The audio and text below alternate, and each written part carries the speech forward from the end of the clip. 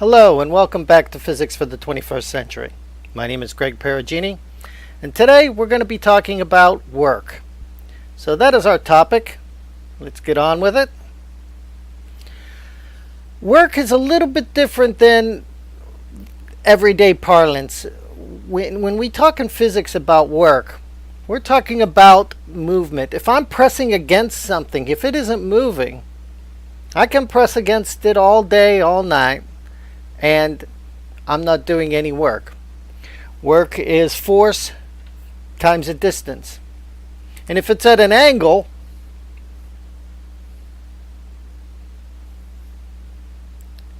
if I'm pressing down at an angle, I have to take into account cosine of that angle. The unit is in joules. If we're plotting force for a given distance, work is the area under the force curve. So we have a distance. Well, let's do a little bit of an example here. So you write down what we just talked about. Work equal force times the distance, and I'll put cosine of the angle here, and you'll see what I mean in just a second. Because if I'm pressing down and we think of force as a vector, well, some of that force obviously is down, and some of that force is actually moving the object. Let's say I'm pressing on this box to get it to move, and I'm pressing at an angle, let's say of 40 degrees. If I'm pressing with a force of 60 newtons, and I am moving this box a total distance of let's say 12 meters, I can calculate how much work I'm doing. Work is equal to the force 60 times the distance 12 times cosine of 40. The cosine being, of course, is that portion of the force vector that is actually making the movement happen. If you did this example here, you would get 550 joules. That's work in a nutshell. Now, as you see here, we're moving at a distance from A to B and with a force.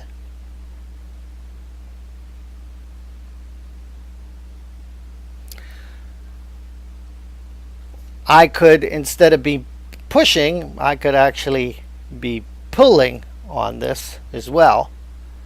And again, it's force times cosine of the angle, the force necessary to move that block. Force times distance giving me work.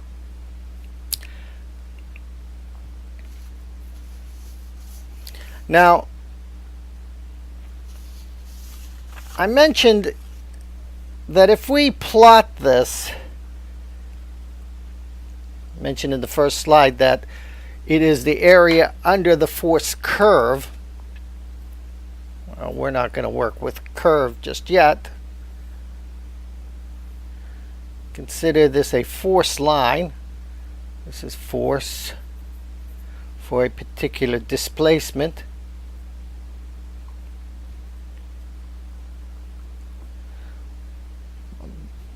Let's say, well, I'll make this larger in a second.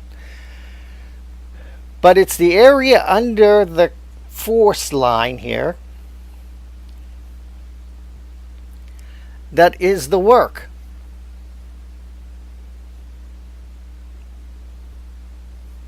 And let's do an example. Let's say I am doing this force, and then my force goes down. This is in newtons. This is in meters.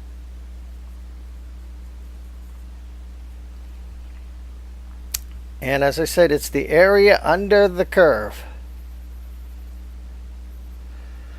So, what is the work done from 0 to 4 meters?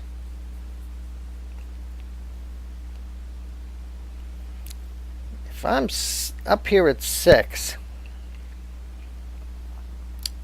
what is this area? Well, obviously it's just a block here. The work done from 0 to 6,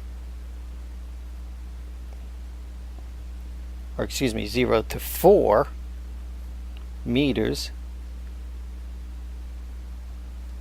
starting at 6 and staying constant at 6 for those 4 meters. Well, it's 6 times 4, 24 joules.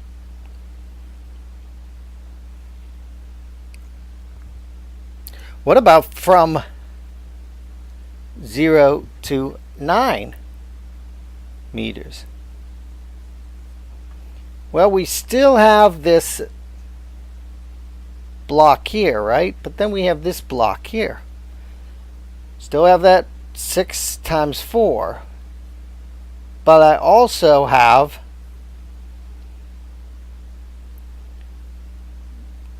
from 4 to 9. Okay.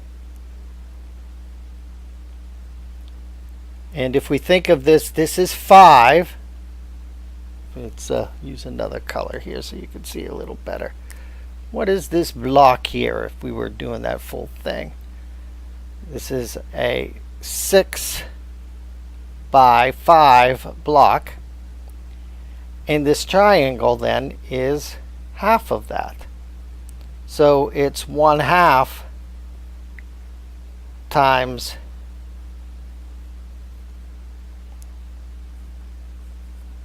5 by 6, and I add that to this original portion. So if I'm going here for 4 seconds at 6 newtons, then I drop down at a steady rate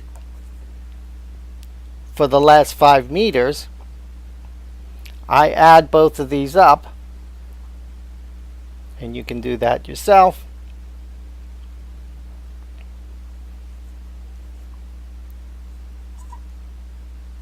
(39 joules). So from 0 to 4 meters, it's pretty easy. It's this little box here, and it's 24 joules.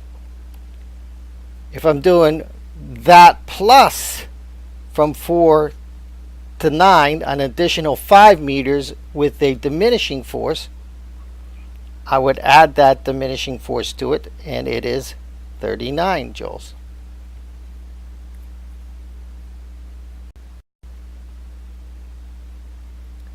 So now let's take it one step further.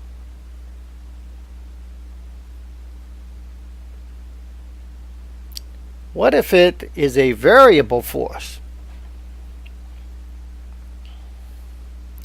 Well, with a variable force, we're still working with area under a curve, as you see here. But as you know through your calculus, to get the area under the curve, you're doing a definite integral from x1 displacement to the second displacement, x2. Let's take that as an example here. So I'll make this larger here. Say I have a curve, whatever that curve is, and that line is defined as F equals 3x. A force is taking place, 3x plus 6. And I'm doing that from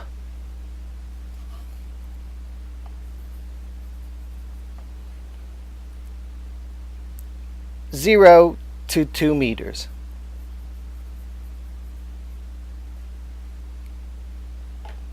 What is the work? So what is the work?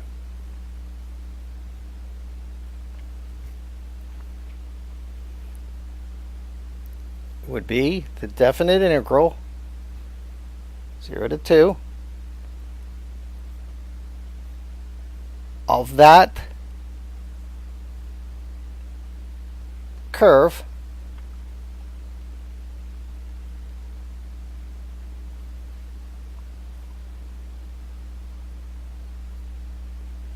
so I'll give you a second.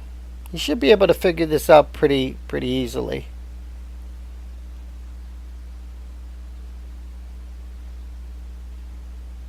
But what this leads us to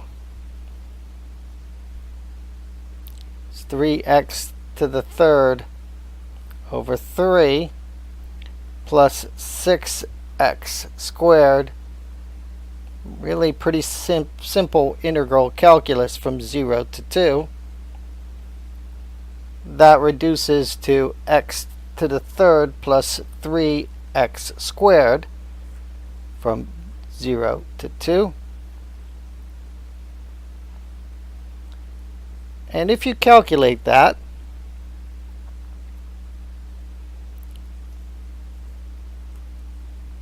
you're going to get 20 joules.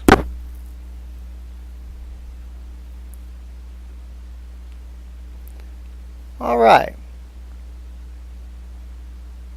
So just simple calculus. You're giving a force equation for a particular distance. Now we must also consider that we may have to calculate instantaneous power. Well, just like instantaneous velocity and instantaneous acceleration, we're going to be doing a derivative. Power is the change in watts for a particular time. Or excuse me, change in work. Excuse me. The units of power is watts.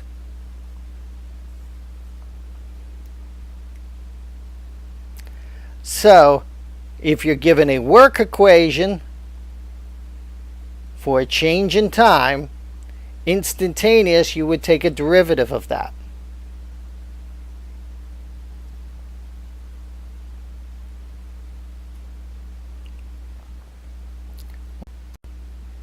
Okay, so there is one other type of problem you could hit in working with work, and that is something we're going to call the dot product. You have to know how to do a dot product. What is a dot product? Because you need to know that because work is equal to force dotted with the distance vector. These are vectors. It's best to show it as an example. Let's take that. Force, let's give a vector in 3 dimensions. Let's take it in the 3 in the I direction using unit notation, plus 2 in the j, minus 2k. Of course, x, y, and z. Let's take a distance vector. 2i plus 2j. Let's do plus 3k. A dot vector, or a dot product of this, would be taking each dimension, multiplying it, and then adding across.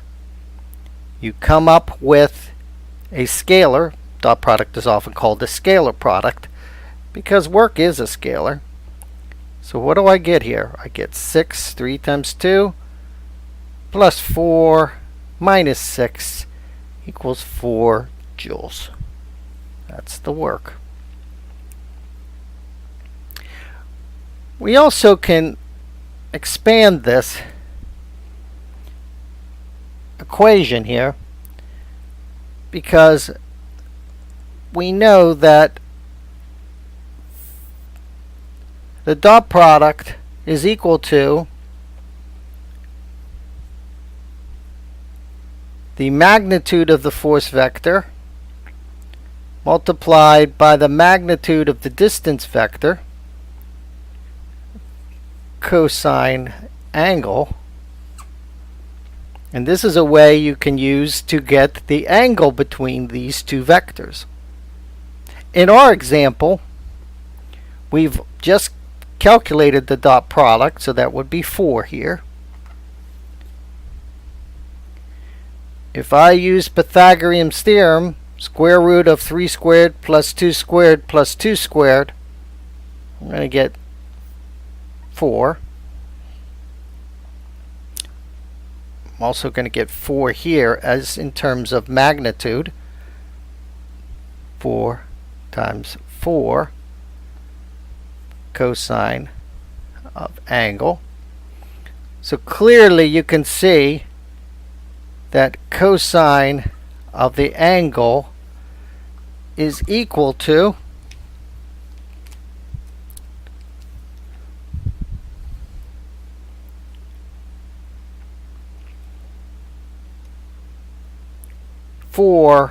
over 16. So the inverse cosine of 4 over 16 is going to give me my angle. And in our example, I'll let you calculate it. You should be coming up with about 76 degrees. So with the dot product that can take two vectors in 3 dimensions,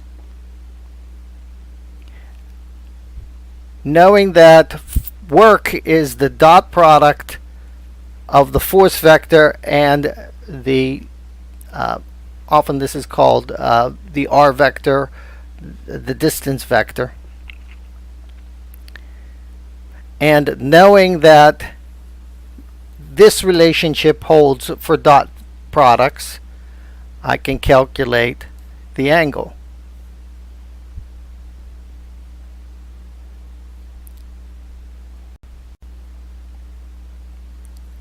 Okay, so in conclusion, remember, work needs movement. If I am not moving an object, I can be pressing on it all day and all night, and I'm not doing any work. Practice problems before you do the assessment. Be very clear on how to do work and how to calculate work. And remember the units. Also, do significant figures properly. And good luck!